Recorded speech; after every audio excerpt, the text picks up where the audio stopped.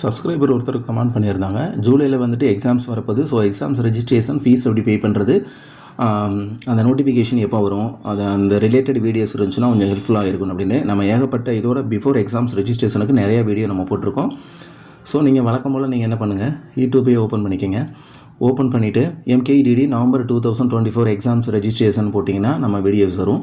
இதில் வந்துட்டு அதாவது நவம்பர் 2024 இப்போ நம்ம ரீசெண்டாக எக்ஸாம்ஸ் முடிஞ்சதில் அதுக்கு எப்படி அப்ளை பண்ணுறது, ஹால் டிக்கெட் டவுன்லோட் பண்ணுறது, என்ன பண்ணணும், என்ன செய்யக்கூடாது, இந்த மாதிரி ரிலேட்டட் வீடியோஸ் நீங்கள் டைப் பண்ணி சர்ச் பண்ணாலே வந்துடும். MKEDD நவம்பர் 2024 எக்ஸாம்ஸ் ரெஜிஸ்ட்ரேஷன் போட்டிங்கனாலே வரும்.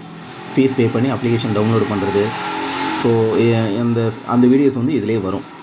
இது வந்து ஃபஸ்ட் ஆப்ஷன். நம்ம செகண்ட் ஆப்ஷன் ஏற்கனவே என்ன சொல்லியிருக்கோம் அப்படின்னா, பிளேலிஸ்ட்டில் எக்ஸாம் பிளேலிஸ்ட்னு ஒன்று இருக்குது. ஸோ அதை நீங்கள் போய் பார்த்தீங்கனாலுமே எக்ஸாம்ஸ் ரிலேட்டட் எல்லா வீடியோஸும் அந்த பிளேலிஸ்ட்டுக்குள்ளே இருக்கும்.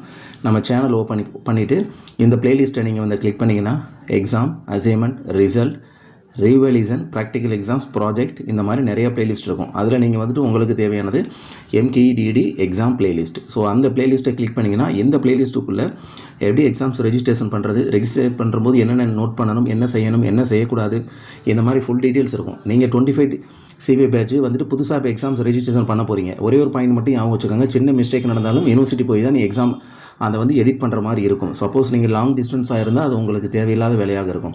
அதனால் இப்போவே அந்த எக்ஸாம் ரெஜிஸ்ட்ரேஷன் எப்படி பண்ணுறது, என்ன பண்ணணும், என்ன செய்யக்கூடாது அப்படிங்கிற வீடியோஸ் வந்து இந்த பிளேலிஸ்ட்டில் இருக்குது. நீங்கள் பார்த்துட்டிங்கன்னா ஒன்ஸ் உங்களுக்கு வந்து கிளியராக இருக்கும். அதில் என்ன டவுட்டோ அந்தந்த வீடியோக்கு கீழே கமெண்ட் பண்ணுங்கள், கண்டிப்பாக நான் உங்களுக்கு ரீப்ளை பண்ணுறேன். சரிங்களா?